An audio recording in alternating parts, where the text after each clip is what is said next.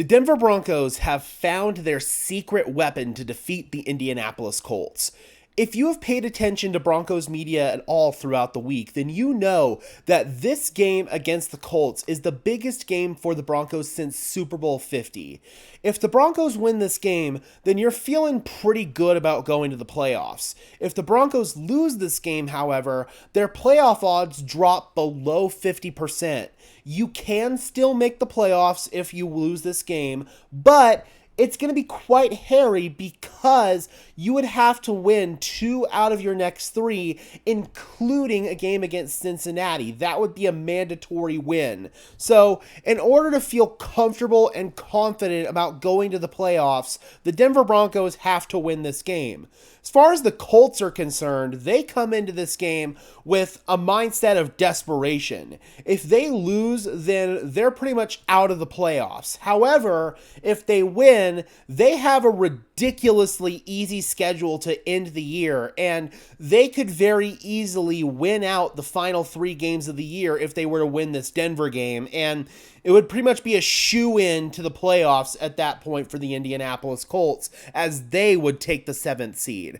The Broncos have to prevent that from happening, and in order to do that, they need to find a way to exploit weaknesses on this Indianapolis Colts team. And one weakness, if we go ahead and bring in the NFL stats this year, is they give up a lot of rushing yards defensively.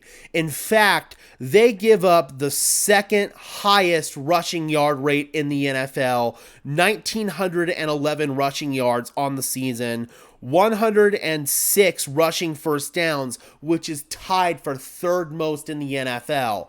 This Colts team is not good against the run, and that's a little bit surprising because when you bring in their overall coverage tendencies, what they like to call on defense, they're predominantly a single high team. They've got an extra guy down in the box that can help out with the run.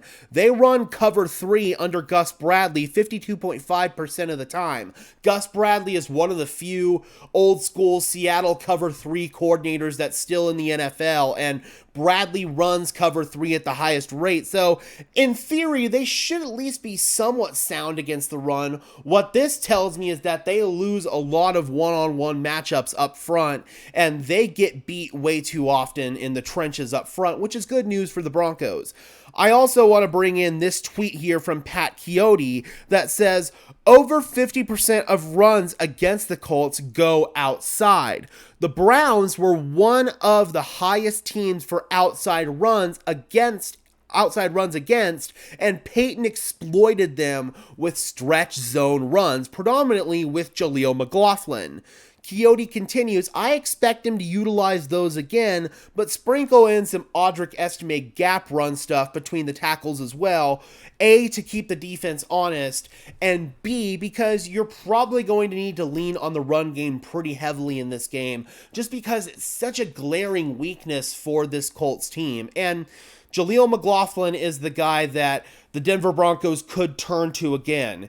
He had a career-high 14 carries, 484 yards in the game against the Cleveland Browns, and I think that Jaleel could be called towards again, especially for some of this outside zone stretch run stuff, maybe some toss plays, stuff like that.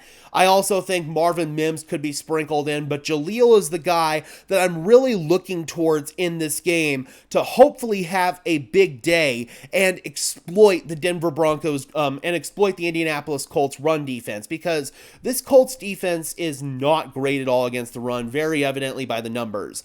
Also, when you play cover 3, you leave yourself susceptible to a lot of shot plays.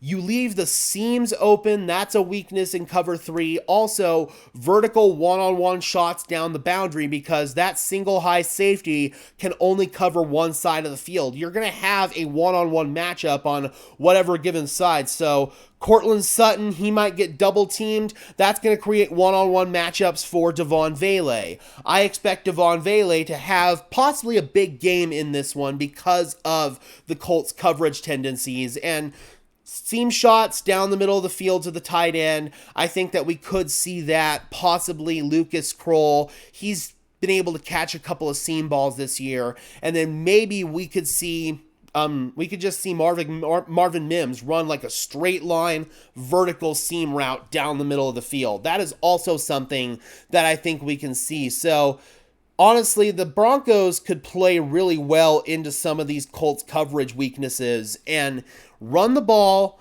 lull the Colts to sleep, make them play tighter to the line of scrimmage, and that'll set up some of those deep shots off of play action. You could do crossing routes off play action. That also works well against single high coverages.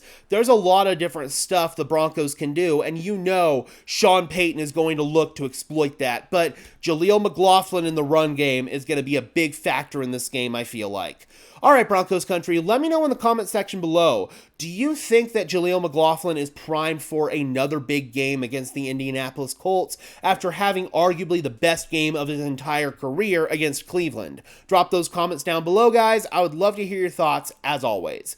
Be sure to leave a like on this video as well as subscribe and ring the bell so these videos appear in your notification feed. I would really appreciate it, guys. Those are both free and easy ways to show your support. Helps tell YouTube's algorithm to push us out, and it helps us get seen by more and more members of Broncos country just like you and me. And until next time, guys, I'm your host, Gage Madrid, saying peace out.